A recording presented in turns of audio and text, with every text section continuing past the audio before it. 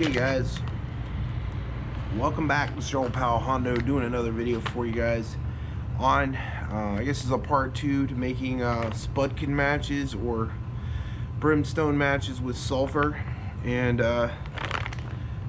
we have some things here that you could use. You could use tongue depressors, but I'm using toothpicks and fat wood for outdoors and toothpicks for indoors for making sulfur matches or brimstone matches. These are pretty old. They've been around since, I don't know, the 18th century, but you can still make them. And what you'll need for this is a can, the top of a Coke can with the round part up, and you take off the drinking part and put a small little wedge in there so you could put a small candle underneath it in order to work this powder down to a liquid. We're out in a well-ventilated area out in my garage, so there's no issue with the vapor, poisonous vapor hurting me or anything like that. But you will need a tea tree candle for this, and you will. Okay, let's get into it. Now you might get a little bit of this everywhere, but it's probably good and a generous amount right there for right now.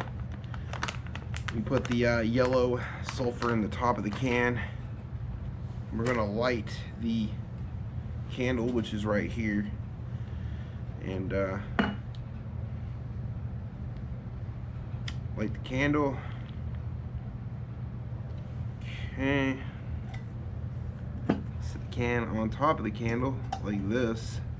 And eventually what this will do is it'll work the powder down into a liquid, and then you can take your fat wood or your toothpicks or and just dip them in there and then set them off to dry. And once they dry, you can light them up like a regular, you can use a lighter to light them up, or you can take your flint and steel with some char cloth and light them up, and I'll show you how to do that when we're done. It's at a liquid form now. Now we're going to take some toothpicks, and all you got to do is just dip it in there once, just a few times, and what that'll do is it'll get on the tip of your little toothpick or whatnot on there, and it'll be basically like a match. You just dip it a few times and just let it, as you can see, there's some on the end of there, and what you're going to do is just let it sit to dry. You got yourself one match, and now we're going to try the fat wood. Dip the fat wood in there as well. This is going to be the outdoors one, and all you gotta do is just dip it in there, and that's pretty much it. Dip it in there, and there you go. It'll dry eventually, and you'll get yourself a spudkin match or a sulfur match.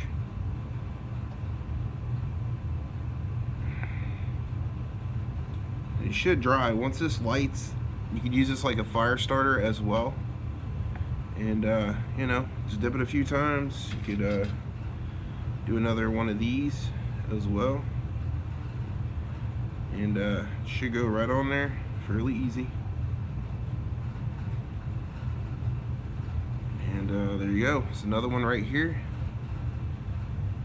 and we'll do another match here for the fat wood. You just kind of roll it in there. It gets gelatinized, sorta, and you can do several hundred of these matches. You don't have to just do one. You just dip that right there, and okay guys, now that we have a significant amount of these matches already made, they have to dry for a while before you can start messing with them. But we're gonna mess with one really quick to show you what they can do. They're not dry enough, but we'll light it just to show you what it would look like. Here you guys go. There's the spudkin match. It's not very impressive, but as you can see, it gives off a white flame. You can light it with a lighter, extend the flame. These are not dry yet enough to hit it with a piece of char cloth quite yet, but there you go. Spudkin match, guys. And that's what they used to use to light their candles back in the day. I had to use a lighter. I guess the flint and steel, they're not dry enough for flint and steel quite yet. But there you guys go. That's how you make spudkin matches or brimstone matches in the field with sulfur, with a soda can, candle, and you know, light it up and make yourself some of these medieval spudkin matches. Well guys, I hope you like this quick video on redo video on how to make spudkin matches. If you like it, please hit the like, share, and subscribe, and hit the like button. It's been your old pal Hondo from Hillbilly Tactical.